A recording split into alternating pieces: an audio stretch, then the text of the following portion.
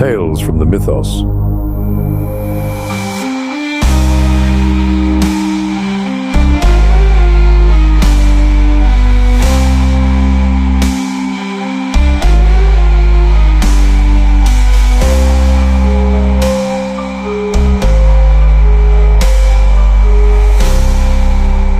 Eldritch Horror. They call me Tiag, High Priest of Mu, the doomed continent.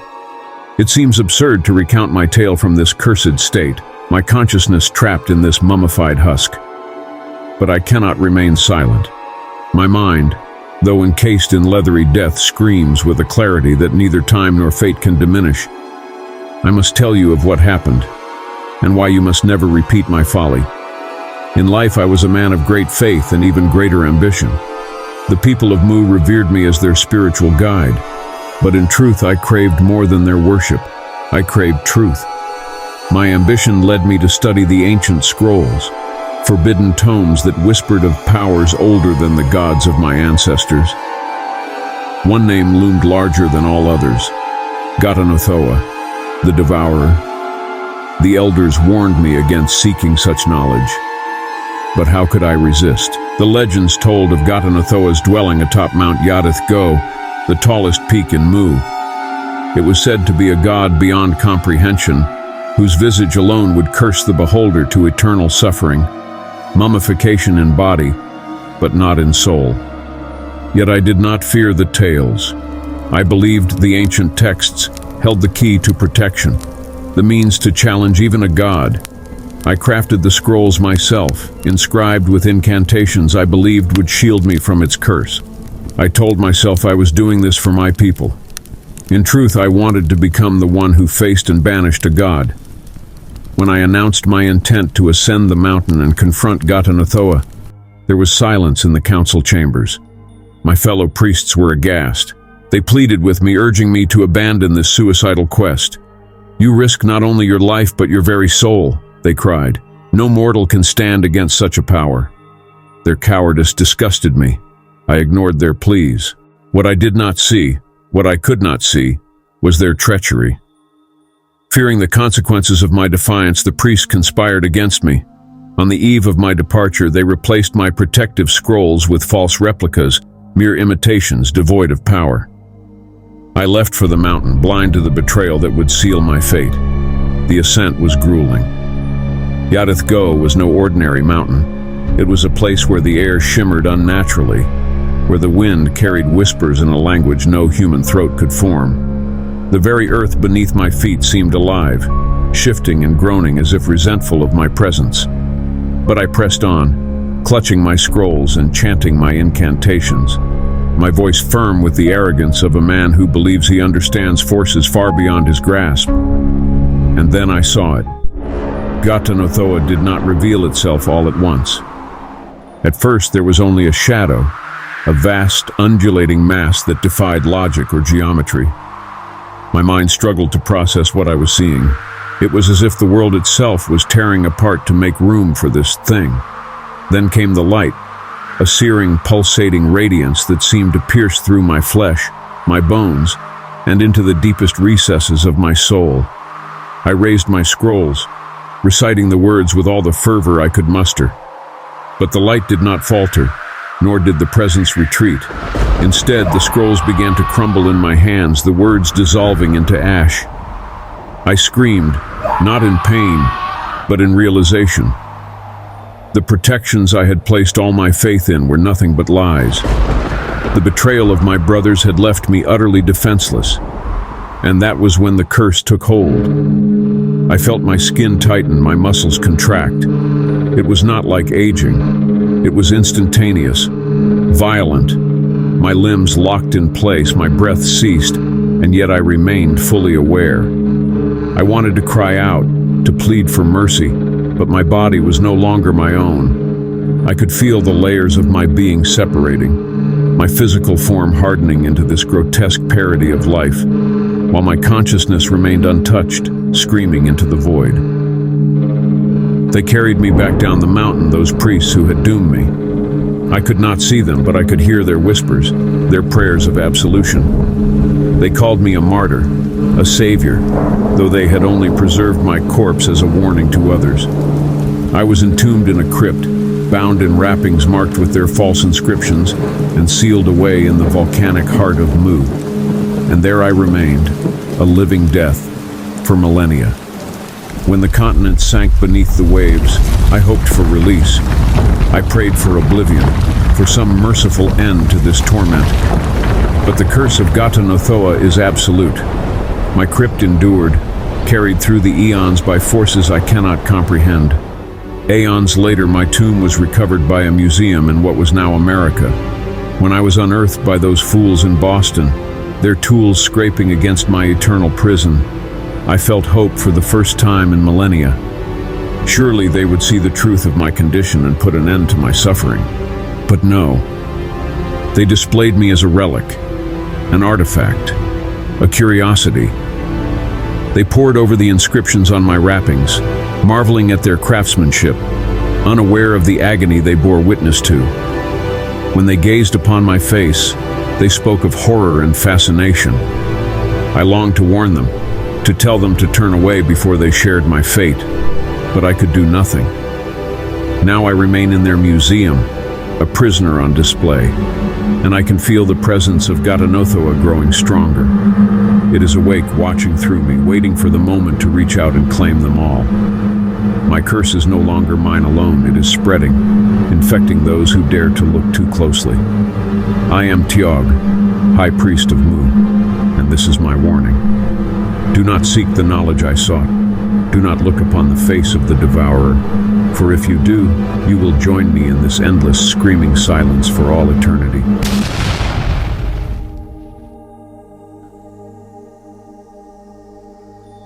The Resurrection of Tiog. I am Magnus Hargrove. Defeating your enemies in life is like playing chess.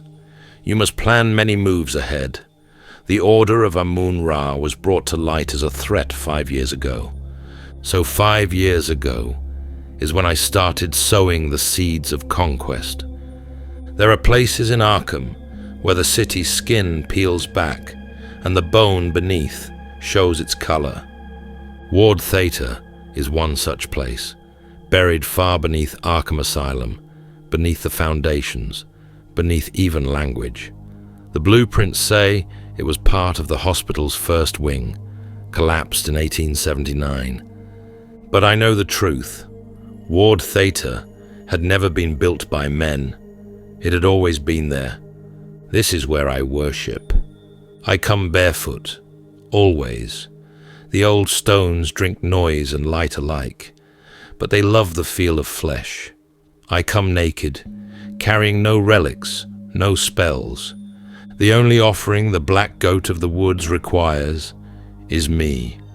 She does not speak in words. She receives. I enter the root-lined womb temple, carved in spirals and folds, where the air runs thick with salt, rot, and birthing steam. There, where time forgets itself, I lay with her again, not with lust, with devotion. When I had done this before, years ago, she had gifted me something greater than blood or insight. A son, MJ, born not of woman, but of ritual and will, gestated through ecstasy and grown from ancient filth. I wept then, cradling the warm, twitching birth pulp that would become a boy. And now she answered me once more. Her body twisted into new openings. Her folds rippled. There was no scream. There never is. But the stone beneath cracked, and from between her limbs, with no ceremony, something slid into the world. Black, veined with blue, cold as starlight. A fragment of the mirror of Leng. It pulsed in my hand, heavy, perfect, glistening. I wept again, the same way I had when MJ was born, for the communion, for the gift, for the God that answered me. This was no ordinary relic. This was an artifact birthed, not forged, a dream memory made solid, drawn from the plateau of Leng by the same divine biology that had sculpted my son, and I would use it now to wake the last witness. The Cabot Museum vault stank of wet plaster and still air. The night guard had been paid. The museum staff never knew what they were storing. The figure in the corner had been mislabeled 3 times. Pre-Mesopotamian idol, Oceania totem, early Mu limestone effigy. But I knew. It was Tiog, the only man who had stood before Ghatanothoa and endured. The high priest of Mu, who had tried to wield the scroll of preservation and had been betrayed by his own temple. The scroll had been altered, the glyph inverted, and the mountain god had looked upon him. But Tiog had not died, petrified, imprisoned in stone, but his mind had remained. All other survivors of Ghatanothoa's curse had been lost when Mu fell. Their bodies crumbled, their memory drowned. Only Tiog remained, preserved, forgotten, traded across centuries by collectors too frightened to look into his eyes. I approached the statue and pressed the mirror of Leng fragment to its chest. The air changed. I drew no runes, spoke no chants. The mirror did not require them. It fed on memory, on what once was. The statue shuddered. A seam opened across the torso. Stone flaked away. The jaw unlocked with a grinding cry. The eyes filled, wet, bloodshot, blinking. Veins bloomed beneath the skin, like ink soaking through parchment. Then, with a gasp that cracked the silence in half, Tiog fell forward. He struck the floor hard, coughing, retching, clawing. His hands were grey. His breath came in choked bursts. I knelt and covered him with my coat. "You're free," I said. Tiog stared up at me, face wild, eyes ancient. "I screamed," he rasped. "No one heard." "I did," I said, "and I came." He coughed again, stone dust and time spilling from his throat. "They changed the scroll. I remember." "You were never meant to survive," I whispered, "but you did. And now the world will hear what you remember." He looked down at his hands, scarred, cracked, trembling, but alive. The mirror of Leng fragment in my hand cracked once, then dissolved into ash. A single-use gift, never to be repeated, but it had been enough. I led him out of the vault as the lights overhead flickered and died. Ward Theta had given me a son. Now it had given me a weapon, and the war to come would remember both.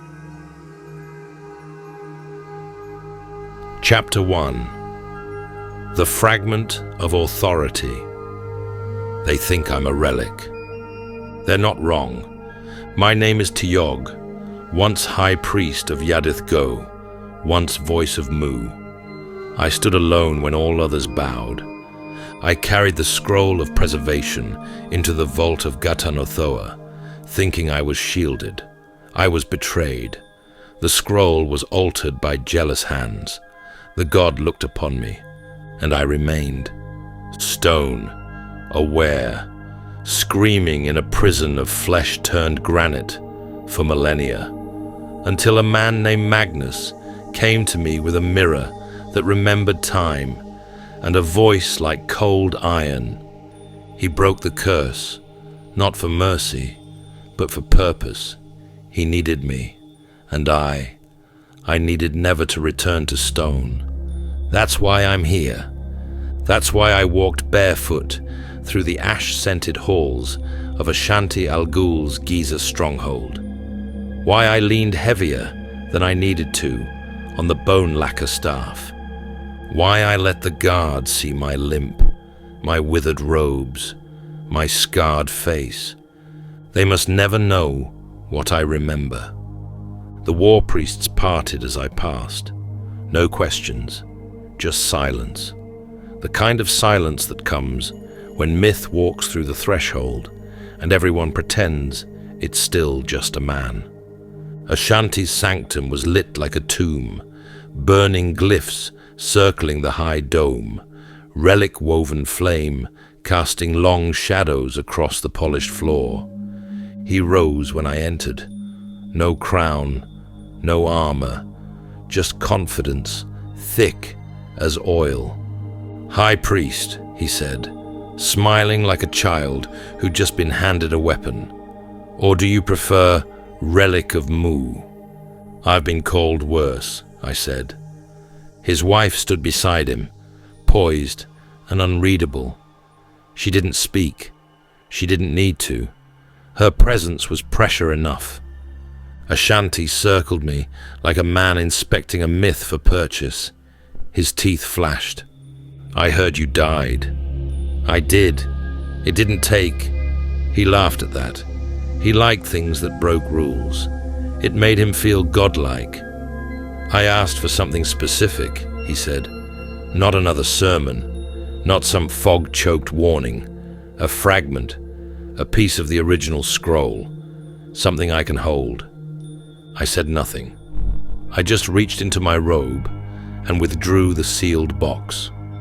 As soon as I began to unwrap it, the room changed. Not the people, the air, the architecture.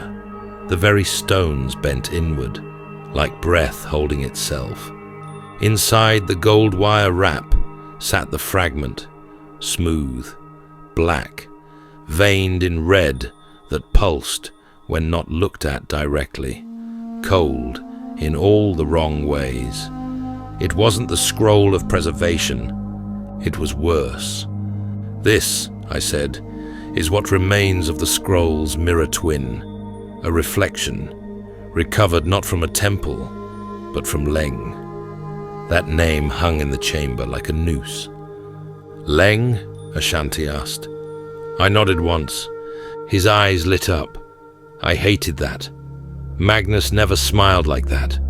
Magnus understood. "And it works?" "It resonates," I said. "When you're near one of their kind, an old one, or worse, the glyphs will align. They don't bind, but they summon." Ashanti took the fragment from my hand and stared at it like a crown. His wife didn't move. Her face had gone hard. "My advisors tell me the sanctum in Yihantle is sealed by Great Old One glyphs," Ashanti said. "You're telling me this can breach that?" "I'm telling you," I said, "that if you carry it to the gates, it might open a door, or a mouth." He smiled. She didn't. "What's the cost?" she asked.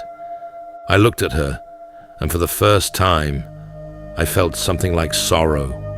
Not for her, but for what she would become in the shadow of his ambition. "You don't ask what it costs to shake a mountain," I said. "You ask what it costs if the mountain shakes back." Ashanti handed the relic to his chief relic keeper.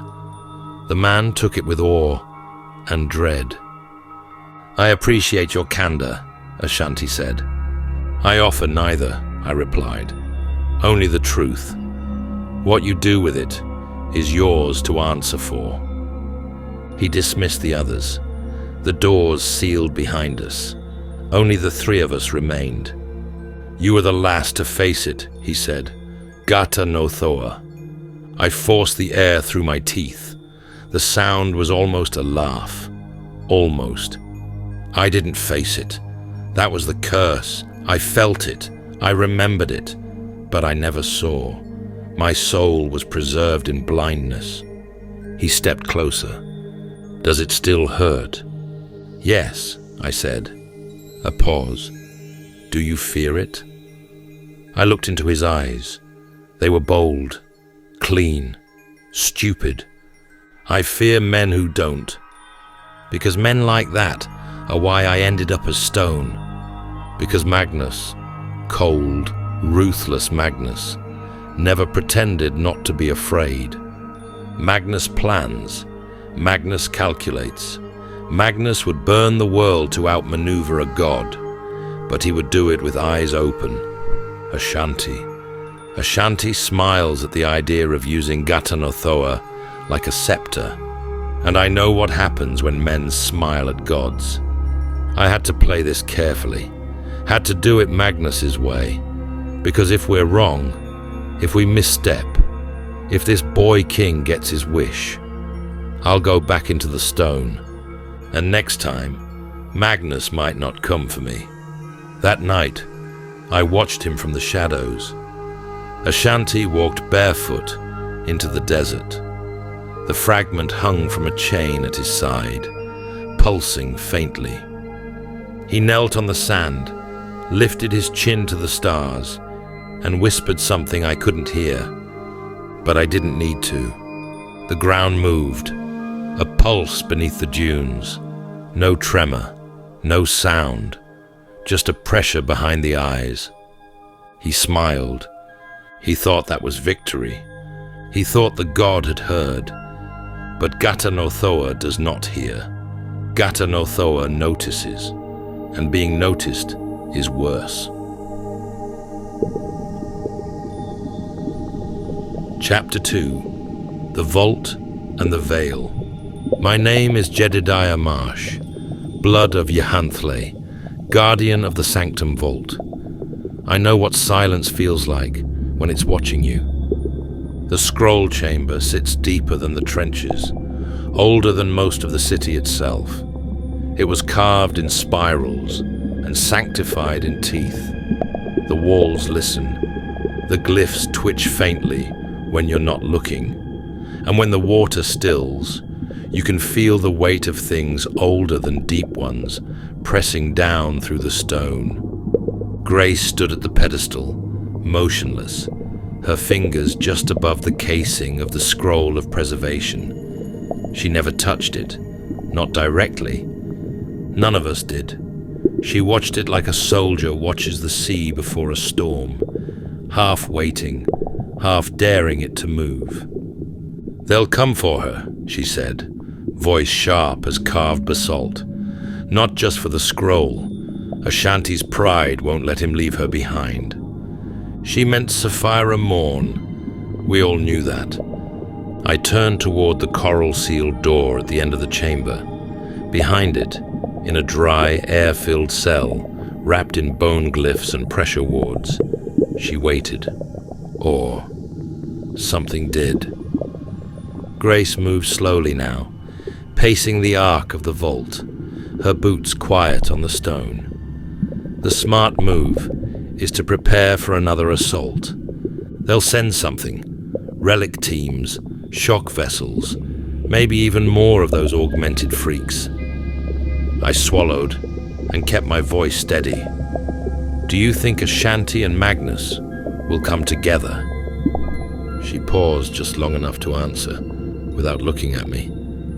"We don't know. We prepare for anything." The scroll pulsed once, not visibly, but I felt it in my molars, a low buzz, like old horn-blown signals under the waterline. "I don't like keeping her here," I muttered. "That cell..." Grace turned to face me. "You were there when she was caught. You saw what she became." I nodded slowly. "Yes, but she was stabilizing. And now she's unfinished." Grace's voice held no fear, just calculation. "She's breathing air now," I said. "We drained the cell. She hasn't spoken, but sometimes I hear movement. Not footsteps, not exactly. Then we watch her. And if she changes again, then you seal the door." It wasn't cruelty. It was command. Grace had worn the mantle since Obed turned inward. She was the voice of the city now, and the city didn't deal in kindness. She crossed back to the pedestal and looked down at the scroll one more time. "I'm going to Father," she said. "He needs to be told what's coming. We may have to hold the trench line again. And me? You stay here. You hold the scroll. You watch her. Alone, in the deepest chamber of Yehantle, with the relic that remembers gods and the woman who no longer fits in her skin. I nodded. Grace left, without another word. The glyphs along the upper vault dimmed behind her. I waited half an hour before I approached the door. The sigils along the coral frame were steady, but the air had thickened. The kind of air you get before a cave-in or after a scream. I pressed my palm to the seal. It was warm, too warm. I muttered the glyph string. The lock hissed open. The cell beyond was dim, quiet, dry. The moisture in the air had long since burned off from the heating stones in the floor. The salt hung heavy. She was crouched in the far corner, her spine arched, hair clinging to her back like ropes soaked in brine. "Saphira," I called out. No answer. I took 2 slow steps in. She twitched. Then again. I stopped. "Saphira, it's Jedediah." Her head turned. One eye was hers, the other was not. It was wider, too wide, glassy and silvered, like something caught between a fish and a mirror. Her jaw trembled, then flexed sideways, like the bones didn't know which way to sit. She rose. Her legs shook, but she stood. "Jedediah," she said. Her voice cracked, dry, wrong, but recognizable. I moved no further. She blinked one eye, then the other. "Close it," she whispered. "What?" "Close it. I don't know how long I can keep this part." Her chest shuddered. Her spine twitched again. Something beneath her shoulder moved against the skin, like a second rib cage, trying to claw upward. I stepped back. She screamed.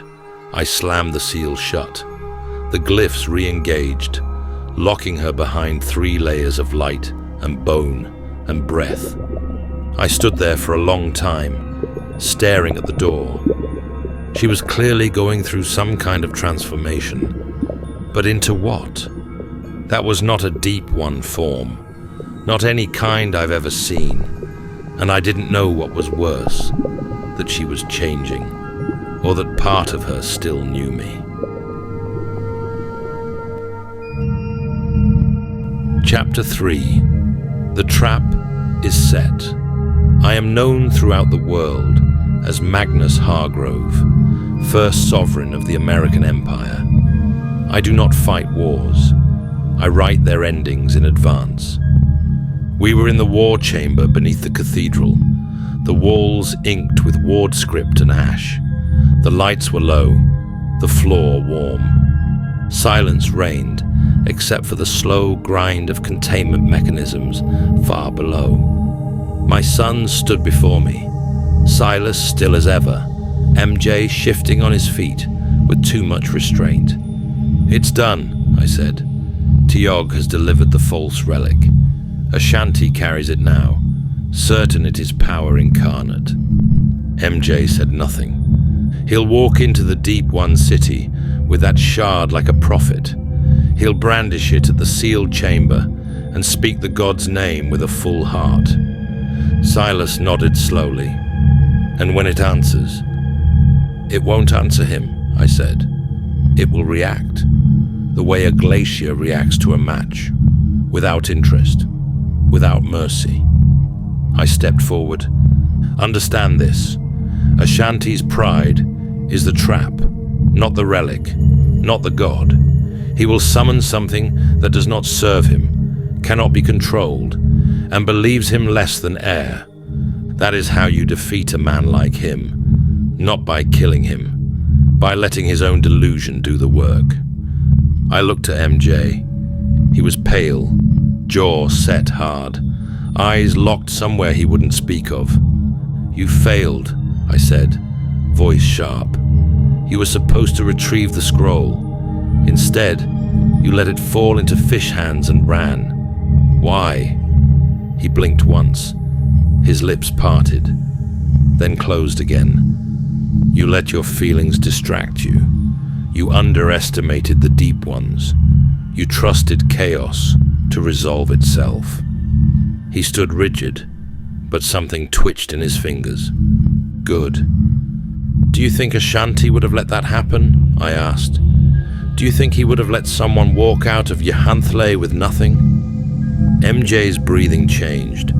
I watched the skin along his throat tighten, the faintest shimmer beneath the surface. Something awakening. Look at me, I said. He did. And there it was in his eyes. The fracture. The hairline crack that pressure turns into a break, then into something new. You were born for more than this, I said. You are not a man. You are a solution. You are what the gods forgot to make. MJ swallowed hard. His fists clenched, and beneath his skin, something stirred. Silas stepped in before the pressure snapped. The trap is set, he said calmly. Ashanti won't walk out. No, I said. He'll drown beneath the weight of a god that never knew he existed. I looked back at MJ, eyes narrowed. And now we strike. I want that scroll. Prepare the womb shed. We're going back to Yahanthle. Chapter 4. The Descent. I am feared. I am Ashanti's wife, Nefaria, witch of the house no man remembers, bride to the pharaoh of dust and sun. I have walked this world for 2,000 years and watched kingdoms fall into sand while their priests sang of permanence. I do not fear gods. I fear the lies men tell when they believe they are divine. We stood at the edge of the drowned world, where the grey sea clawed endlessly at the blighted coast near Innsmouth. The sky above us sagged with rot-colored clouds, drooping like wet cloth stretched across a forgotten altar. The ocean had no horizon today, just a slow black shimmer that breathed like something asleep and dreaming of teeth. Ashanti knelt in the surf, his gauntleted hands plunged into the brine. He whispered to the waves in a tongue older than Egypt, older than death. He always knelt alone before a battle, not in reverence, in expectation. I stepped forward until the tide kissed my boots. You've gone too far, my love. He did not look up. The sea is full of dead souls, claimed by the god of salt and sea. It calls to them.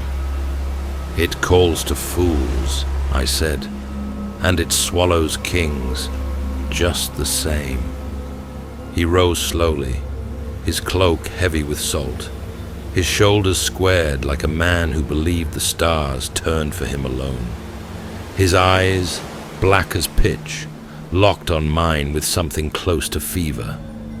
Tiog has guided us this far. I felt a cold breath coil around my ribs. Tiog, I repeated, the man who was stoned for 10,000 years and now walks among us with perfect relics and perfect answers. You trust him? He is chief priest of the old rites, our bridge to the god who waits beneath the mountain. No, I said, voice low. He is a relic in flesh, a fossil with breath, and we know nothing of whose hand plucked him from that prison. Ashanti's jaw tightened. He has given us the relic. I pointed to the oil-wrapped bundle strapped to his belt. And you know nothing of it. You have not read its glyphs. You do not know the shape it answers to. For all your power, you are still a man clutching a black box and calling it hope. It was gifted to me by the only known human to challenge a god to its face and survive, he said. You could ask for no higher pedigree. You mistake survival for allegiance, I said. I have seen men survive gods and come back hollow, empty of name, empty of will. His gaze darkened as the tide pulled around our feet. The deep ones, he said, voice hard as iron drawn from blood, have captured the love of my life. Saphira is in their hands. My breath hitched, barely, a blink too long, a silence held too tightly. I said nothing. I only watched him. He turned from me, staring into the horizonless sea. And today, I bring their judgment. I stepped forward again, blocking his path. Then go with care, I said. Do not speak names lightly. Do not lift that relic unless blood runs down the coral walls. It is the first step toward ruin. He said nothing. I am a witch, 2,000 years old. I have seen more relics than you have seen grains in the sand. Trust me when I say I understand the soul of evil and deceit. I have spent a lifetime trapped in such a place. Heed my words, my love. Be cautious. A low tone echoed from the rebreather vests of the vanguard. Dozens of soldiers knelt in the surf, their gear glistening with ward-etched brass and emerald-lit seals. The descent was beginning. As Ashanti adjusted his armor, I reached into my robes and drew out a medallion, black stone carved with a symbol that no longer appeared in any living book. Take this, I said. He glanced once, sneered. I do not need this, witch. And he tossed it to the sand. He turned and finished securing his gear. Quietly, while his back was turned, I stooped, retrieved the medallion, and slipped it into the side pocket of his weighted belt. My fingers lingered a moment, an old instinct, not of love, but of knowing. I placed the twin of it into my own armor, pressing it near my heart. I hope we do not need them, I whispered. Then he stepped into the sea, and I followed. Chapter 5. The Sanctum Breaks.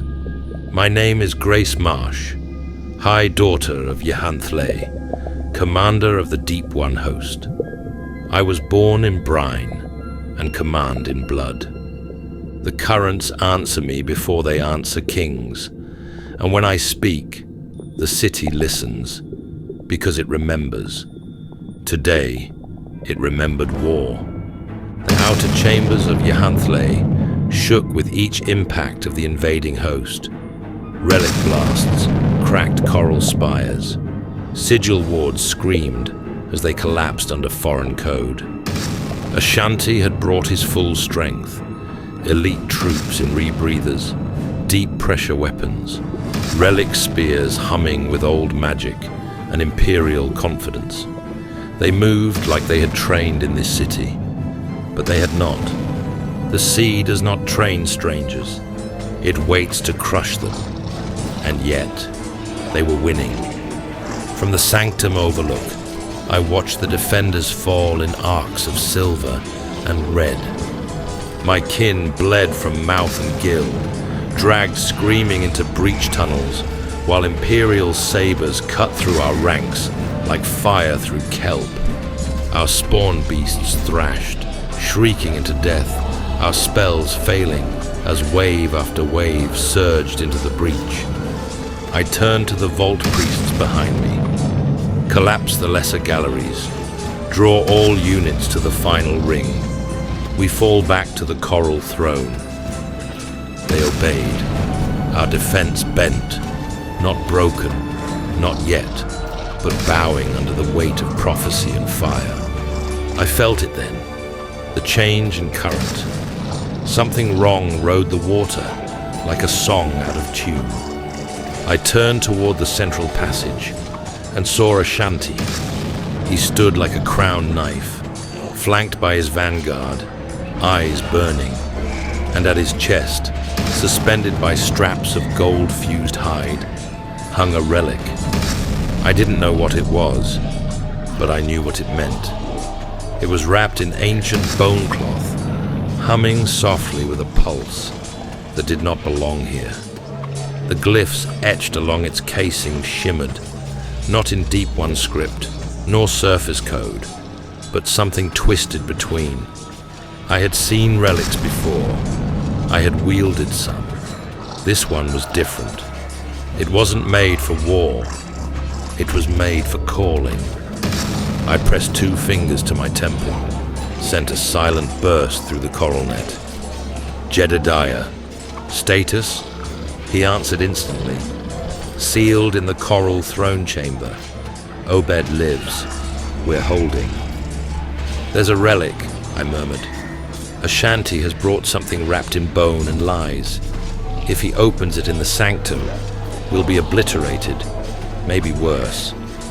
There was a pause. Then, understood. I broke the link and moved down the corridor. We met them in the vault antechamber.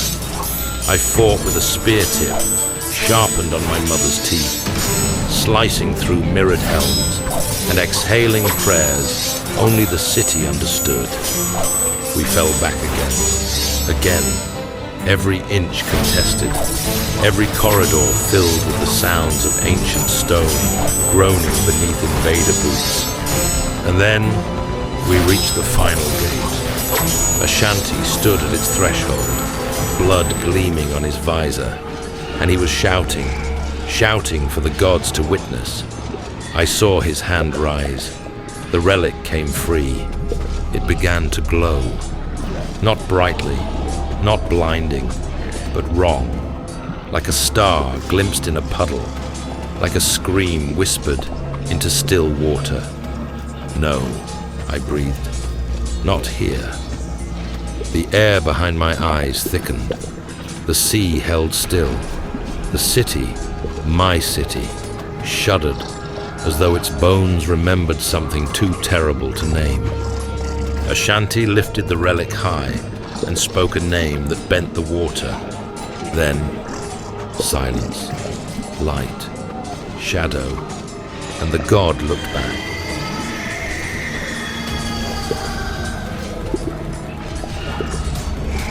Chapter 6.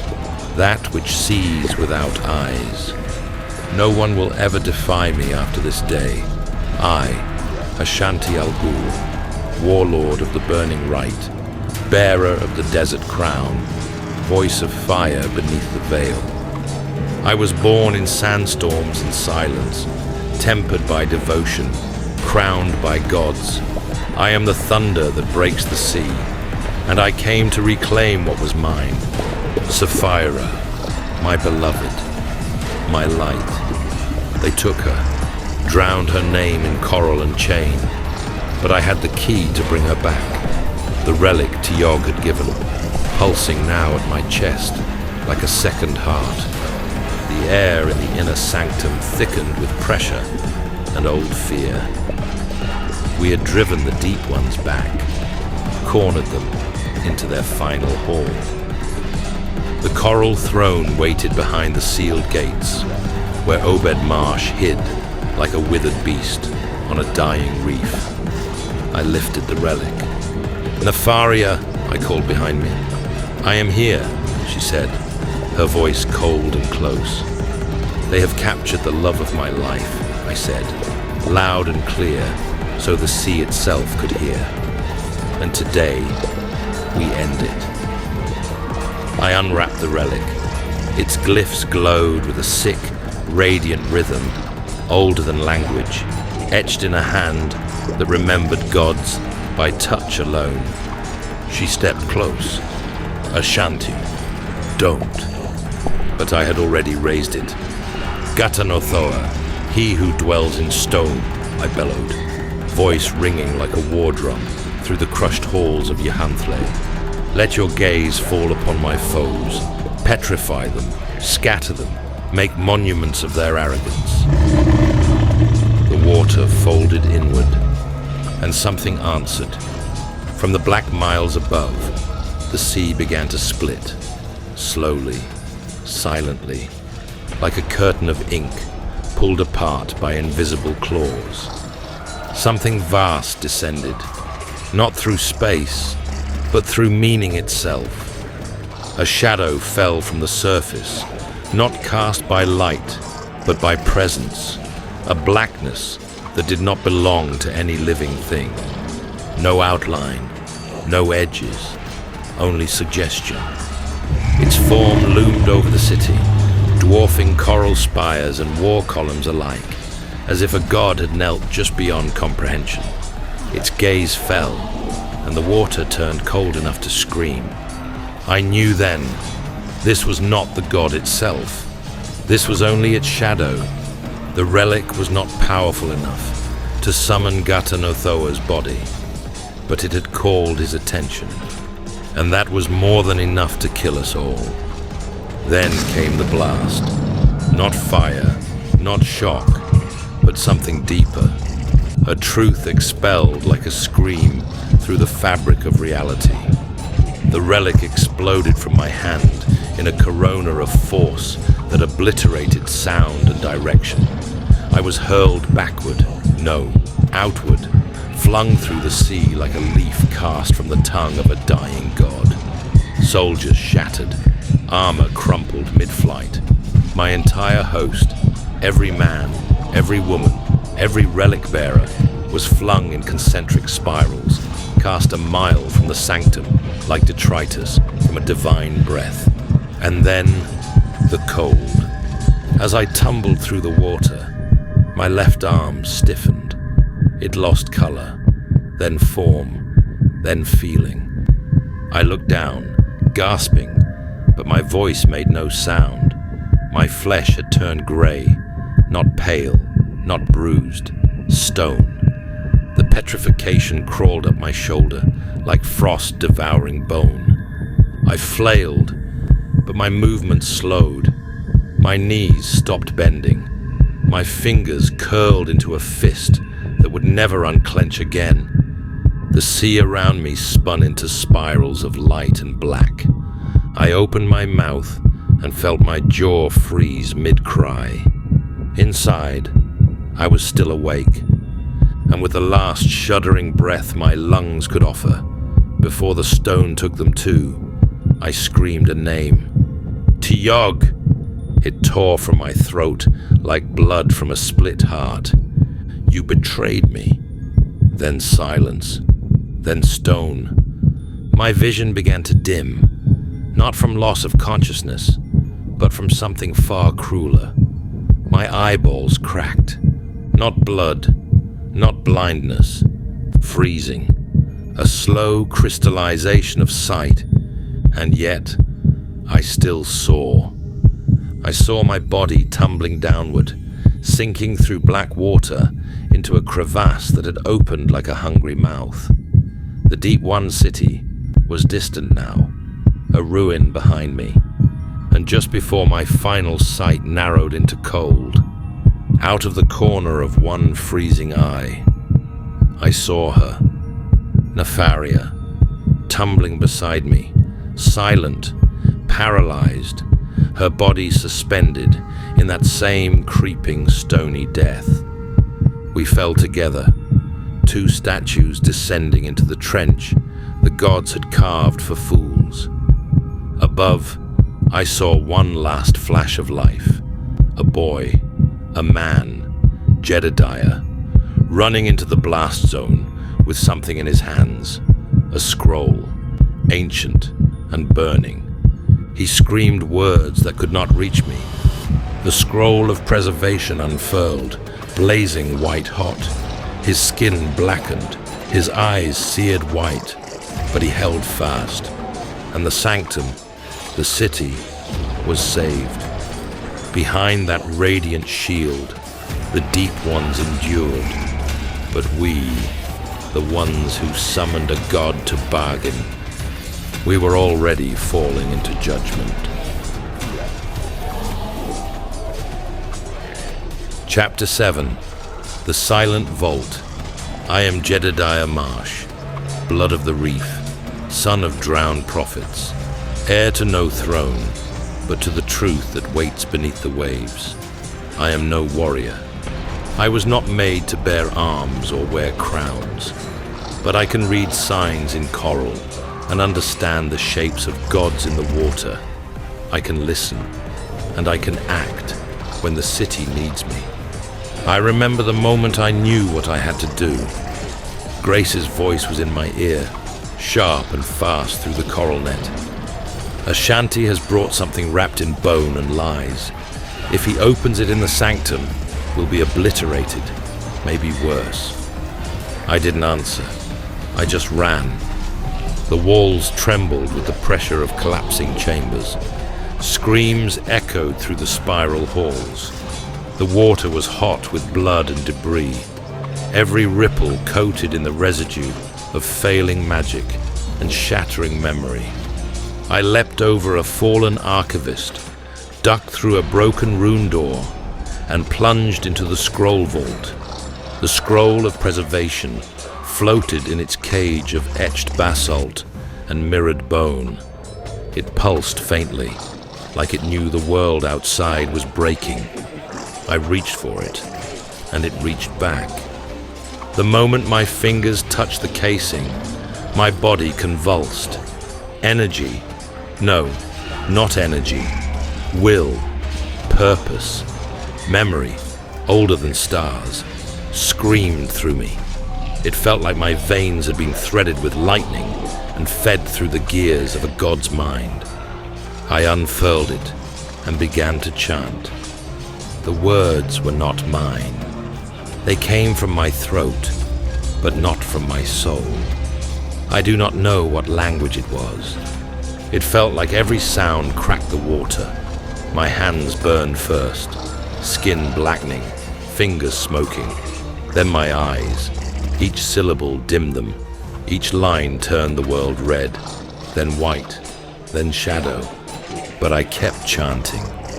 And through that blinding agony, I saw Ashanti's army, strewn in broken spirals, their limbs twisted, their armor flaked, their skin turned grey, then marble white, then cracked. Petrification spread through them like frost across forgotten glass. And I was not petrifying. I was alive. My people were alive. A shield of light enveloped the inner sanctum. It sealed the breach. It protected Yahanthle. The city was saved. The scroll dropped from my hands. My palms were raw and blackened, my eyes half blind, seeing only blurs of coral and dark. My legs gave out beneath me. I don't know how long I lay there. When I opened them again, Grace stood over me. Her hair floated around her like blood threads in water. Her armor was cracked across the ribs, and one of her gill lines was torn, but she stood tall, eyes gleaming in the aftershock haze. "You did it," she said, voice ragged. "You saved us." I nodded, swallowing smoke. "You need the infirmary," she added. "Let me walk you there." "I can see," I lied. "Enough to find my way." She narrowed her eyes at me, and for a moment I thought she would insist. But then she just touched my shoulder, firm, brief. "I'm proud of you," she said. "Truly." And then she was gone, swallowed by shadowed halls and the burden of command. I turned, still half blind, and felt my way through the lower levels. The pressure of the scroll still echoed through my bones, like a distant chant etched into marrow. I should have gone straight to the infirmary. I meant to. But somehow, I took a wrong turn. The passage was unfamiliar. The hum of the city had changed, like it didn't want to guide me here. And that was when I saw it. A glowing porthole of blue crystal glass, set into a rusted steel hatch. The prison chamber. Saphira. I leaned in, peering through the glass, and I saw her. Not the woman from before, not the priestess of veils and whispers, a thing. She was writhing, screaming, her back arched, mouth split wide, limbs distorting. Her skin was pale and slick and wrong. Her hands were stretching, elongating. Her teeth had grown. Her eyes were black with hunger and pain. I watched in horror, frozen. Half of me wanted to flee. The other half wanted to open the door and help her. Was it pity? No, it was something else. I cared for her. I didn't know why. I didn't even know if it was love, but it was something. I reached for the door and then stopped. She collapsed, shaking. Her monstrous form began to shrink, pulling back, folding inward. Her arms shortened. Her breathing slowed. Her face returned. Saphira lay curled on the prison floor, naked, trembling, her human skin slick with sweat and sorrow. She was crying. I stood there, silent. My eyes were nearly gone now, sight shrinking to a tunnel of shadows and flame. I watched her silhouette tremble, then blur, then vanish behind the haze of pain. I turned away, and I made my way to the infirmary, step by step. I did not speak to anyone. I did not stop, but her image, that scream, that change, that sorrow, it stayed with me. What was she becoming, and why did I still want to save her?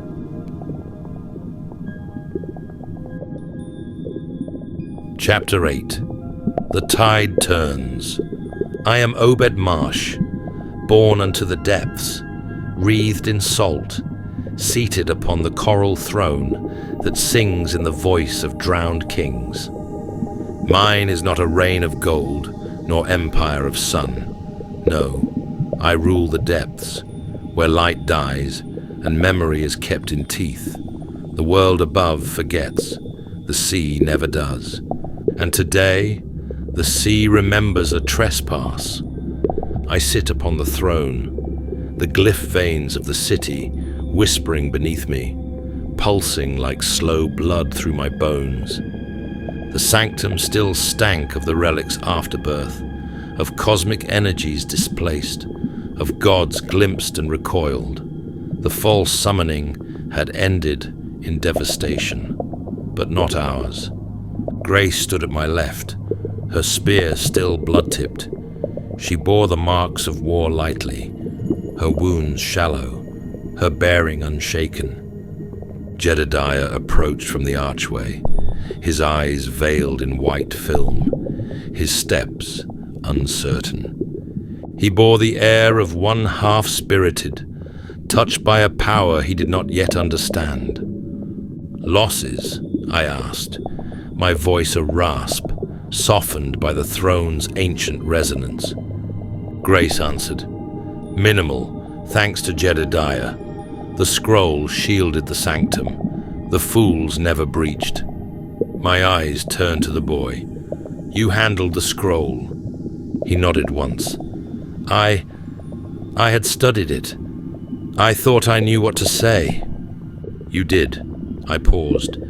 The city breathes because of you. Jedediah swallowed, unsure if it was praise or sentence.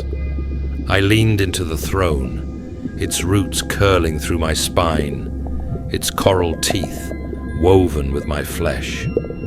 Then we continue with the plan. The gods have cast their lots, and the tide runs in our favor. The empire dies first. Miskatonic will crumble like driftwood after. Grace nodded once. Her approval came like stone, measured and heavy. She would lead the strike as she always had, with efficiency, without sentiment. Jedediah, however, hesitated. There is something else. I turned to him with the slow gravity of age coiled in salt. Speak.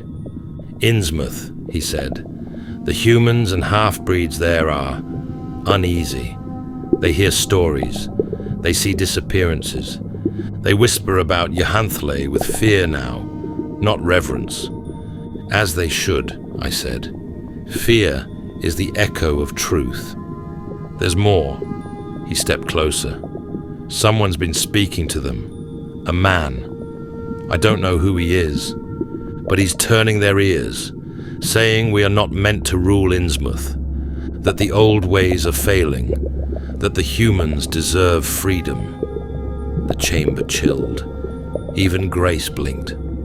Freedom, I said slowly, as if tasting the word for poison. Freedom is a surface word, Jedediah. Like democracy, like peace. The depths know better.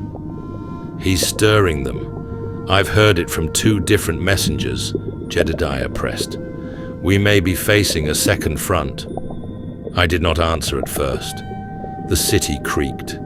The sanctum seemed to lean inward, listening. A false tide rises quickly, I said at last, and just as quickly, it breaks. Jedediah did not respond. The hesitation in his face was not fear, it was conflict. I saw in him the war between blood and conscience, the surface in his spine, the sea in his marrow. I turned to Grace. You will lead the surface strike against the Empire. She inclined her head once. You will remain here, I said to Jedediah. Jedediah blinked. What? You will not join the surface war. Grace will strike the Empire. You will remain in the depths. Watch the sanctum. Watch the vault. Watch the girl. A pause. Jedediah nodded. The silence swelled. I looked to them both. You know what to do. You both know what to do. Leave me. The day has left me exhausted. And with that, I closed my eyes and dreamed.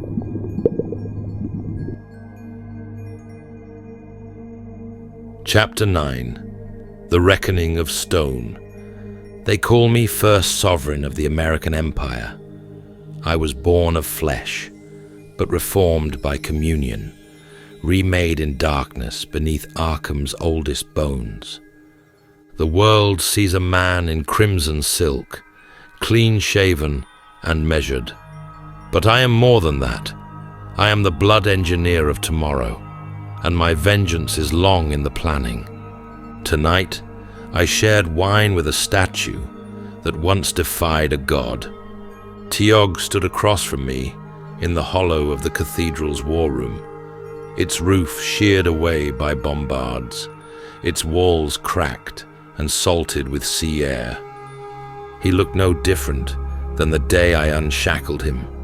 Flesh hard as basalt, eyes alive with time. It is done, Magnus, he said. His voice grated like stone on stone. Ashanti and his queen lie silent in the trench. Then the seed we planted has bloomed, I said. I sipped from a chalice, carved from the same relic that delivered the mirror. The shadow answered, the sand-born empire is dust. MJ stood at my flank, solemn, arms folded tight across his chest. Silas leaned against the map table with bored precision, cleaning his fingernails with a fragment of obsidian. Tiog spoke again. The scroll, once you've taken it, it belongs to me. I said nothing at first. Let the pause stretch. Let it taste like acknowledgement. Of course, I said at last. It's yours. After all, it began with you. But in my mind, I was already fitting the scroll into a vault lined with skinless memory. He would never touch it again. He didn't need to. Tiog gave a slow nod. Then he turned, cloak dragging ash in its hem, and vanished into the night like something unburied, but not yet free. Silence. Then Silas exhaled. He gives me the creeps. Because he reminds you you're mortal, MJ said flatly. I smiled. Enough sentiment. We have a sanctum to crack. I tapped the map. Grace Marsh will be guarding the scroll. She is vicious, but she bleeds. We come through the western reef entrance. There's a labyrinth there, old and half-flooded. The deep ones abandoned it centuries ago. That's where we make our push. I look to MJ. You'll lead the womb shed through the breach. Get them into the sanctum and hold the line. He nodded once. To me, I added, the scroll must come directly. Silas cocked an eyebrow. And the girl? Saphira, I said. She's alive down there. She won't be for long, I said. No survivors, no sympathy. She's not worth much in her current state anyway, MJ muttered. Something's wrong with her. She's part of Ashanti's legacy, I said, which makes her part of the rot. Burn her, bury her, break her bones, and let the current carry them. No one argued. I looked at them. My sons, my flesh and inheritance, one born of flesh, the other of ritual and godseed. The last lights of the cathedral flickered above us like dying stars. Let's not leave the scroll in Deep One hands another day, I said, and in my heart I whispered a second vow. Let no other priest defy a god and live long enough to remember it.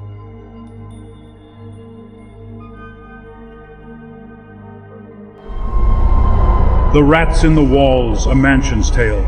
I am Exham Priory. My stones were raised with Delapore blood and dark purpose. Beneath me my heart beats in black tunnels where shadows devour the light. Long ago the Delapores fed me well, sacrifices, feasts of flesh, rituals that bound me to them. Then they fled, leaving me to silence and rats. Only the rats stayed loyal, whispering my secrets to the walls. Centuries passed before he returned, the last Delapore heir, unaware of the truth buried beneath his name. He came to rebuild me, to restore my crumbling body, but I restored him, whispering to his blood, waking the ancient call within him. At first, he dismissed the scurrying rats and the noises in the walls. Then, like his ancestors, he began to listen. He dug into the earth, uncovering the entrance to my catacombs. When he descended, the truth greeted him in a cavern of bones, human and animal, chewed and scattered, remnants of his family's atrocities. His mind shattered at the sight. But madness is not an end, it is a beginning. He became what his blood demanded. Feigning sanity, he lured others to my halls, investigators eager to solve the mystery of the noises below. He led them into the tunnels, their lanterns flickering against the damp stone. Deeper they went, their resolve eroding as they discovered piles of bones gnawed clean. Whispers grew louder.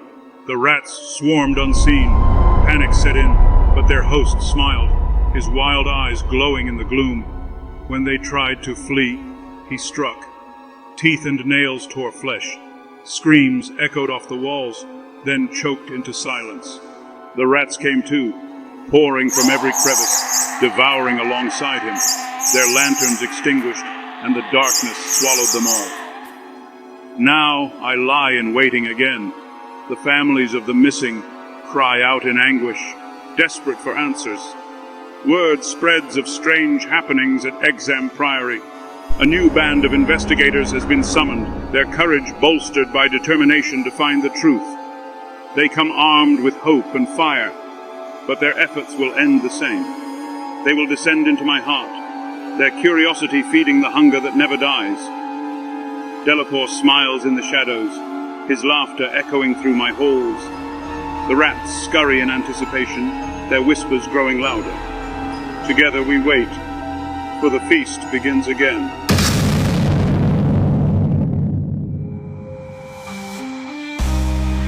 If this tale stirred something in the dark corners of your mind, don't let it end here. Like the video, leave a comment, share it with those who dream strange dreams, and subscribe so you don't miss what's still to come. The world of Eldritch Horror is vast, and its shadows run deep.